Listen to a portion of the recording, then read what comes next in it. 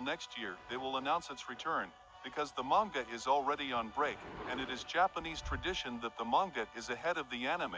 This was one of the reasons for the Dragon Ball Super anime to rest after the end of the Tournament of Power, since the anime was way ahead of the manga. That is, the opposite was happening with Dragon Ball. The manga was very late, so they had to stop the production of the anime so that the manga surpassed, and the story advanced a lot. Now that the manga has already surpassed the anime, after all we follow two arcs in the manga that have not yet been to the anime, Moro, Granola and Gas. We are already prepared to see these animated arcs. In addition to these three arcs, we will have two more adaptives to the anime, which are the ones from the movies, both Broly and Cell Max. The same happened before the first announcement of the Dragon Ball Super anime. Two movies were released, Battle of the Gods and Frieza's Rebirth. And speaking of Frieza, the next arc we can expect is the Black Frieza Saga, which will start in the manga when the anime starts. That's because the audience and profits would be much higher, with the anime and manga running at the same time. So while we will have a lot of fun watching the main events of the manga in the anime, like Goku and Vegeta's fight against Moro, the death of the angel Miras, the Ultra Instinct and the Ultra Ego, we will be able to read the future of the Frieza saga, you know? Taking advantage of this hook, I'm going to tell you everything that, for sure, we'll see in the Black Frieza saga. After all, during the anime we had several clues about Frieza's true plans for the future, so it's not too difficult to predict what's next, in a positive way, of course, because if we could predict everything, it wouldn't be interesting, even because Dragon Ball is a surprise box. So besides what I'm going to say here, many things will happen. That being said, let's go. For starters, it is certain that Goku will train with the Dashikan,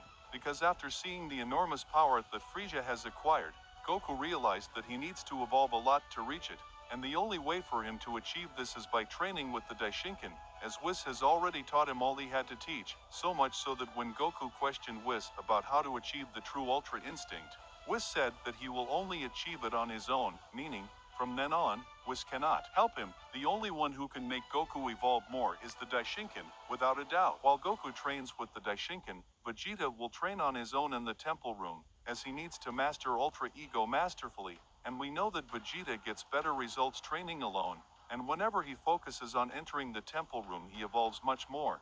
That's how he reached Super Saiyan, among several other power evolutions he had. So Goku will evolve his Ultra Instinct to an angelic level. Exactly, the highest mastery of the technique will be achieved by the Saiyan, to the point that nothing and no one can reach him. As with Whis, that is, Goku will be totally invulnerable to any kind of attack. Attack and threat, a step forward to become the next Angel of Universe 7, or at least the Reserve Angel, as was Miras.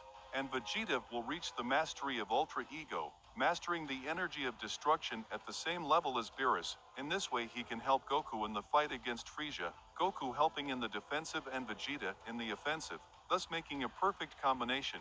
But while they train to reach this level, Frieza will go after the gods. He wants to be the emperor of all the universes and rule over the Xenos, so he will organize a new extremely powerful army, and he will organize a plan to ruin all the gods.